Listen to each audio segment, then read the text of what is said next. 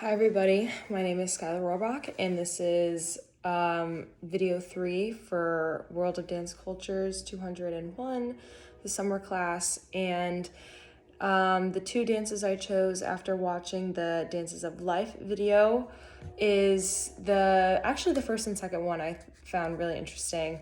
The one from New Zealand that the Wahori Mori dance group performed, as well as the from the Republic of Palua, the body dance that was performed by the women. And the first one was called Kamiti Kamiti, which was more like, it was like a male dominated dance, but I found it really interesting because when they originally performing it, it kind of gave the sense of like an animal kind of. They were like kind of on all fours, facial expressions, and like really strong, hard movements. But as like the explanation went on, I found it really interesting because Kamiti actually means I'm dead. And then this dance is like defying death and is about like overcoming challenges, obstacles, and moving forward.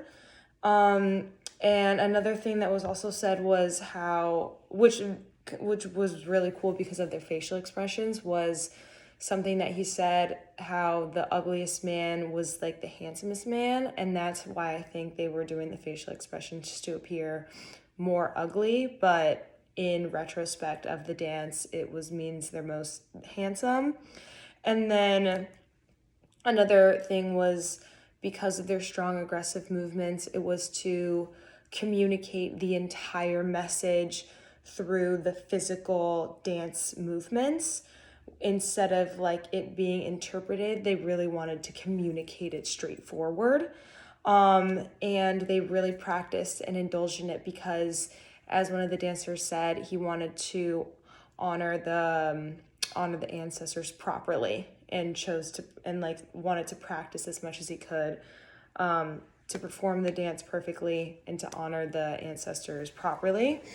And three movements from that dance that I took note of were when they were walking up kind of like on all fours, they had their strong stance like this, and they were making all the facial expressions and sticking their tongues out and everything strong. And then they started to like slap their like upper hips and thighs.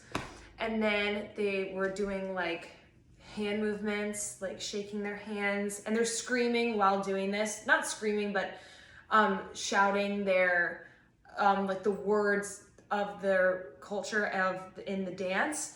And the last one was they were doing like strong, like muscle kind of fists, like showing dominance and projecting like their connection to their ancestors and their culture, and like kind of asserting dominance in a way for being like the men of their tribe and connecting with their ancestors. And the second dance was, I don't know how to pronounce it, but it was called the body dance. And it was performed when mothers gave birth to their firstborns, and it was all females, female dominated. And it was really interesting how the girl who was coming back and forth from America to dance for her mother said that the women were in charge and making all the decisions, and were very assertive in their culture. And she found that kind of a culture shock when she came back to America. But I found this really cool because it was integrated into their dance. And I also it was a way for them to pass on the words of the spirits and their ancestors who like passed away, and communicating them to the living, even though they said, even if it didn't make sense, it still was very meaningful and built a very strong spiritual connection. And it was a very strong part of their culture and rituals, but mainly the spiritual connection to the ancestors. And I also learned that their skirts were different colors because of the tribe. And the women were responsible for passing the traditions down to the next generations And it also, this dance valued health and beauty in women because they're going through such a stressful but also like amazing process of like giving birth to a child and like giving life. So they wanted to really honor that part of being a woman, and it was very important to express and connect back to the archives and history of the culture. And some of the dance moves from this one were they're walking with their skirts and a torch, not like a torch, but like a stick with like a feather on it. They're walking and then they like go like this, and then they keep walking and then they go like this again. And then another dance was when she was coming up, she like held her hands like this and was saying words for the dance to connect with the spirits and the ancestors. And then she did a hand movement where it was like this, which I feel like represented like taking the words from the ancestors and the spirits and passing them on to the living, communicating their message.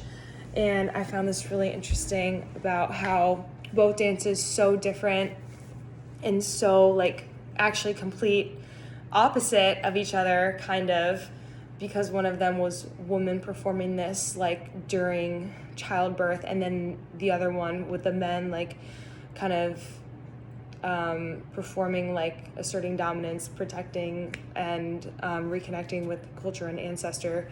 Both have a connection of the spiritual culture, identity, and history from these dances that I learned. And I hope you enjoyed, and I thought it was really cool, and I really liked the video. Thank you.